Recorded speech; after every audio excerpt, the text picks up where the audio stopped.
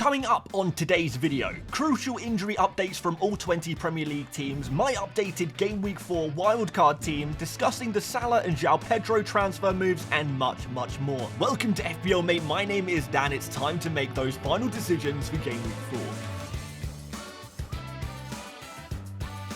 So let's start off by talking about the injury news from all 20 teams, and we know there are some big updates needed for players like Haaland, João Pedro and Watkins. We're going to go through all of that today. So first of all, going through the first game is going to be Southampton versus Manchester United, and for Southampton, Stewart has been building fitness as he looks to return to the Southampton team soon. Bazunu and Sulemana remain out, and manager Martin mentioned that there will be some changes with Southampton having lost those first few games. For Manchester United, Haaland, Lindelof, Malacia, Mount, Shaw and João are still all out, and Fernandes should be fine after picking up a knock versus Scotland. Ugarte returned late from international duty, so it's unclear whether he is going to be able to start from the start for Manchester United, though given these injury issues, maybe he is finding himself in the first 11. For Brighton, Milner is still out with that hamstring injury, and Kadioglu and Wi-Fi could play, but both will be assessed late before the game on Saturday. João Pedro will hopefully train today,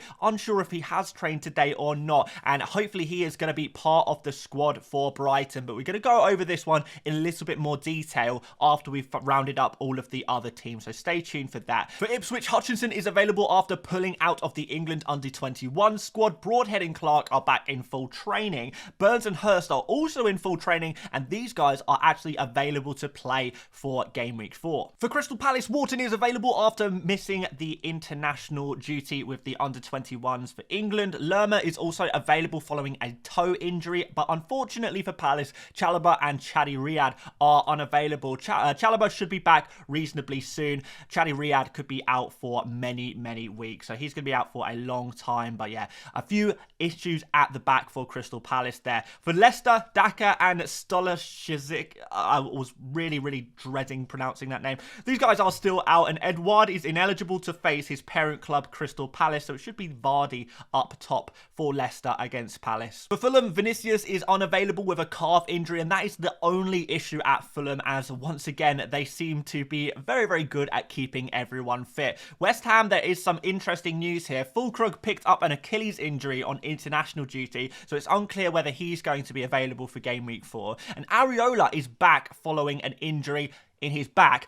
Yes, so any plans of trying to play Fabianski in Game Week 4, that is unfortunately gone out of the window. Areola will be playing against Fulham. And Paqueta returned late from international duty. That may be a concern, it may not be, but just wanted to make you guys aware of that one. For Liverpool, Elliott has picked up an injury. He'll be out for 6 weeks following a fractured foot. McAllister has returned to training and he's available to play. Jones is also back and available, and for Nottingham Forest, not so good news here. Bolly and Singare both withdrew from the Ivory Coast squad, and they're going to have a late assessment ahead of this game. Danilo is also still out, and Wood returned late from international duty, and apparently he is also going to be assessed before being guaranteed minutes against Liverpool, so it could actually be Awoniyi who starts against Liverpool up front. Just be aware of that one. For Man City, Haaland has trained, but he has the option of compassionate leave following the death of a close family friend. So, yeah, commiserations for Haaland. That is obviously very bad news. Hopefully, he is going to be able to play still, but we have to be aware of this situation and be sympathetic towards this situation as well. Let's see what happens there. My personal opinion is Haaland will still play after starting the season so well and really use this opportunity as a tribute potentially, but I don't really want to talk on this one too much. I'll leave that down to you guys to decide for yourself what might happen, but we'll try and get some news for you guys in tomorrow's deadline stream. Ake is also going to be out for at least until Game Week 8. That's the next international break, by the way, guys. So, yeah, Gvardiol owners, good news there. He should be ready to go every week because there's no competition there in the left-back position. Foden, Rodri and Savio have all trained perfectly fine. They're all available for Game Week 4, so we could see a big switch up in the Man City tactics with all of these players back and available. For Brentford, De Silva, Hickey, Thiago are all still out. So is Henry. He's seen a bit of a setback in his return to injury. Jensen has also picked up a calf injury, and Aya is back and available, having trained for the past 3 days. For Aston Villa, Watkins is progressing with his fitness apparently and is available for this game week. He's going to get better and better as the weeks go on. Konsa is also available after an injury scare there, so good news for Konsa owners. Bailey, on the other hand, is unavailable with that hamstring injury that he picked up in game week 3. For Everton, Branthwaite, Broja, Chamiti, Patterson, all still out, and Coleman has also picked up a new injury when playing for Ireland over the international break. Garner, however, is back and available for Everton. For Bournemouth, Ouattara picked up an injury on international duty, and Kepa is ineligible to face his parent club, Chelsea. Enes Unal is back in training and he could play. As for Chelsea, Gusto, James and Lavia are all still out, and Palmer, Fofana, both of these players have trained absolutely normally. They were not mentioned in the press conference, so presumably these guys are perfectly fit and perfectly available, so no panic needed on Palmer. Okay, over to the North London derby, and Spurs see Solanke and Van de Ven training this week, and they are hopeful to play. Basuma has picked up an injury whilst playing for Marley, and Richarlison is still out. As for Arsenal, really interesting one here. Ødegaard hasn't been officially ruled out. Arteta refused to rule him out and kind of mentioned, well, the game is still in a couple of days. If there's a chance Ødegaard will be available, then it's very possible that he plays. I don't know if that is just Arteta mind games, to be honest, so I would not be holding my breath on Ødegaard. If you do have him in your team, I would still be looking to transfer him out. Rice is going to be suspended for this game, however, we know that for sure, and Jesus could return after, he's trained this week. So could we maybe see Jesus play as the central striker and maybe Havertz go into midfield if one of Ødegaard, or maybe replacing Rice, in those midfield positions? Could Trossard play in midfield? I'm a little concerned about whether Havertz will play as the central striker or not, but I guess that remains to be seen. We'll have to wait and see exactly what happens there with Ødegaard, who replaces him in the starting 11 for Arsenal. A bit of a curious one there and a little bit of mystery. I'd love to hear from you guys. How do you think Arsenal are going to set up in game week 4? Do you think Havertz will drop into midfield, or will he keep his place up front? Maybe Trossard and Jorginho coming into the midfield positions. Many possibilities for Arsenal. Their squad is a bit deeper than it has been in previous years. And the final game is Wolves versus Newcastle. And there's some bad news around Wolves. Nori and Lamina will have late assessments after, not training too much this week. They have minor issues.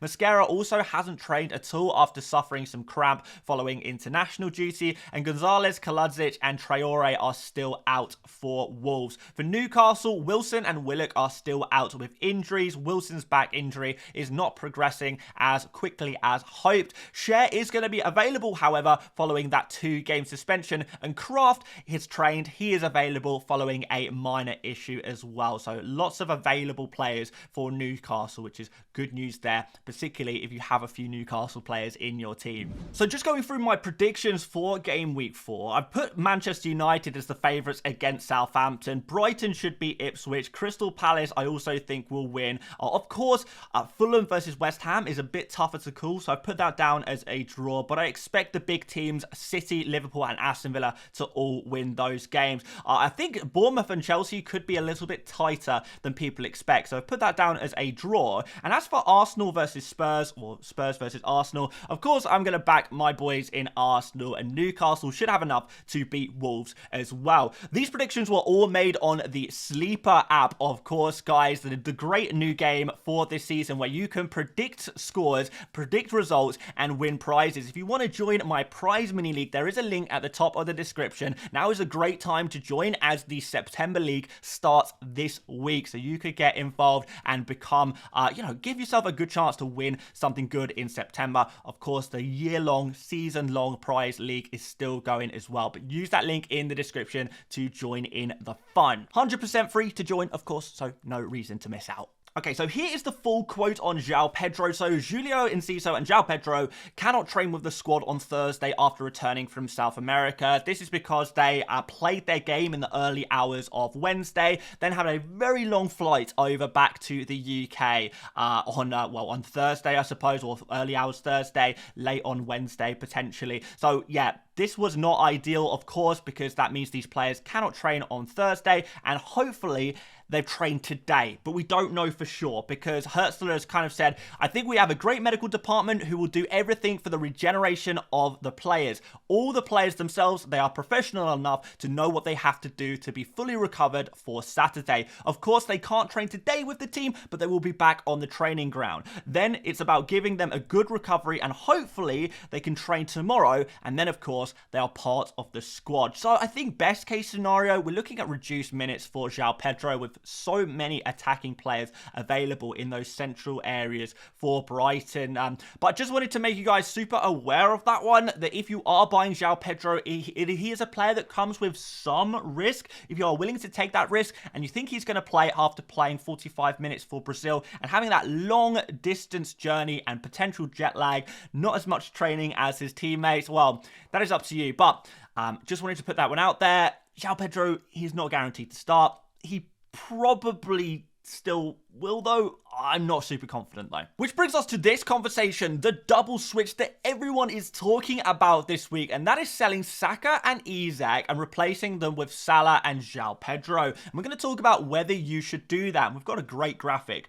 actually coming up on the next slide, which is really going to help you with that decision. But let's go through this to start off. So, first of all, it has to be said that Saka and Isak actually haven't really been doing that badly. If you look at their numbers, they're actually pretty good. Both players are performing pretty well, and I would say both Saka and Isak have decent fixtures this week against Spurs and Wolves. The Spurs game is maybe not the perfect game for Saka, but Saka has scored in each of his last 2 games against Spurs. He's a well-known big game player, so there's no doubt that he will be able to get something from that game.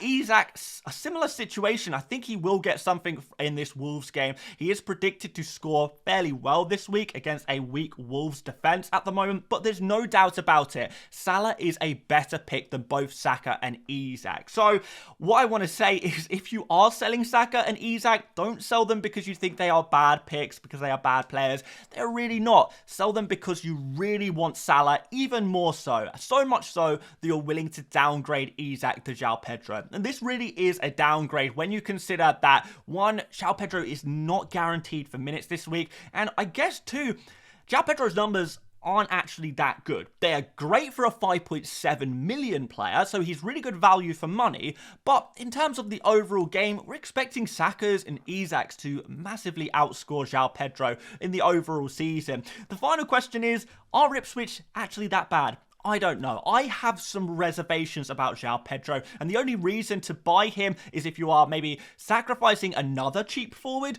or if you are just desperate to make that Salah move and you need to free up the budget somehow to do it. Of course, if you have a player like Son or Bruno or maybe a Foden or De Bruyne potentially there, I think there are players that are easier to sacrifice than Saka because, you know, Saka he's been doing quite well so far.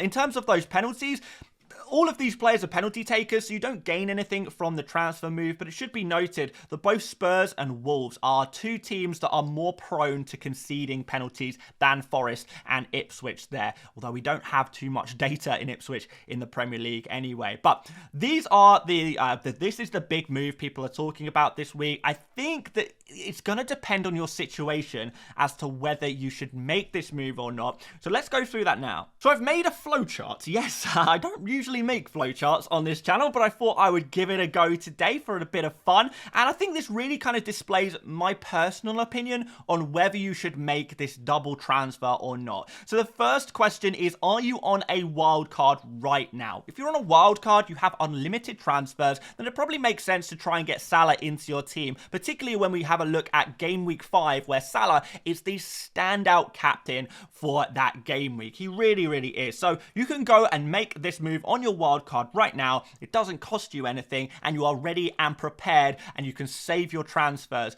for elsewhere in your team. Now, if you're not on a wild card, things start to get a little bit more complicated unless you have 2 free transfers. If you have 2 free transfers right now, well, I think there's a lot of very good reasons to just go for it and make the double transfer. I think I would probably do it. If you are really missing Salah from your team and you are struggling with life without Salah in your team, then just go for it. You have the 2 free transfers to do it, particularly if you are wildcarding in Game Week 6. If you're planning on wildcarding in Game Week 6, go for it. Do it. Make the move. It seems like a very, very good idea. However, if you are maybe not wildcarding, well, do you really need to make this move?